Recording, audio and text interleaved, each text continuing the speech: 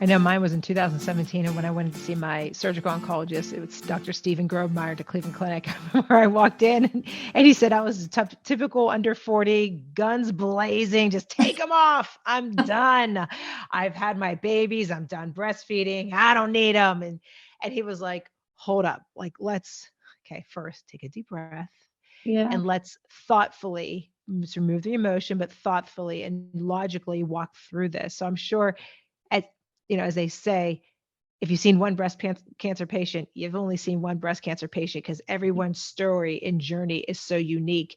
Are there any tips, suggestions, or things that you can offer, and why you would recommend a lumpectomy maybe over a mastectomy, or to maybe help someone make that decision a little easier?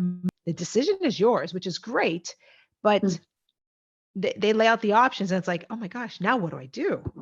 And I think that's one thing about breast cancer that makes it very overwhelming for a patient. It's one thing to kind of hear those words, you have cancer. But it's a complete other thing when you sit down with your doctor and you leave the visit and you actually have all the decisions to make. Having this conversation about all the pros and cons of lumpectomy versus mastectomy, we really have to take into account so many things. So, for instance, a woman's breast size can make a difference in whether or not they're even a candidate for a lumpectomy, depending on the size of the tumor.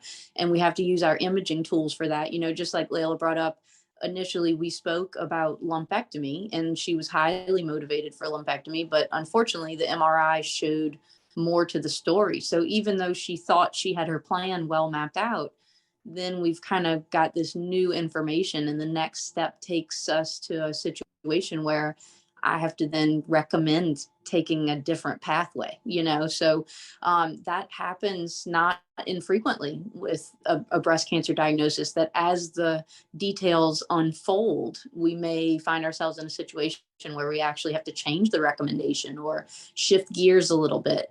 I think in general, when somebody has what appears to be an early breast cancer, it's confined, does not look like it has spread, appears relatively small, it is very reasonable to consider a lumpectomy in most circumstances.